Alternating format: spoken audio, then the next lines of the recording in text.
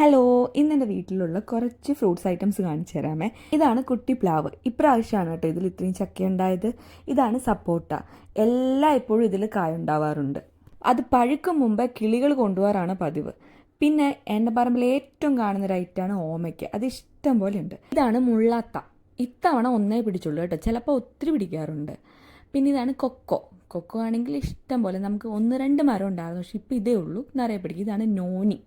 ഇതെങ്ങനെയാണ് കഴിക്കേണ്ടതെന്ന് അറിയില്ല, അതുകൊണ്ട് ഇതുവരെ കഴിച്ചിട്ടില്ല. ഇതാണ് മാംഗോസ്റ്റീൻ. ഇത് നമ്മൾ നട്ടിട്ടൊരു 3-4 വർഷമായി, ഇതുവരെ കാ പിടിച്ചിട്ടില്ല. പിന്നെ ആണെങ്കിൽ പുളിയാണ്. പുളി ഇഷ്ടം പോലെ പിടിക്കും. അത് നമുക്ക് പിഴിപുളിയുണ്ട്, തോട്ടുപുളിയുണ്ട്, ചീമപ്പുളിയും ഉണ്ട്. അടുത്തത് ചീമച്ചക്കയാണ് കേട്ടോ. ചീമച്ചക്ക ഇതുവരെ കാ പിടിച്ചിട്ടില്ല, നട്ടിട്ട് 2 വർഷമേ ആയിട്ടുള്ളൂ. അടുത്തായിട്ടാണ് മൽബറി. മൽബറി നമുക്ക് നിറയെ കാ പിടിക്കാറുണ്ട്.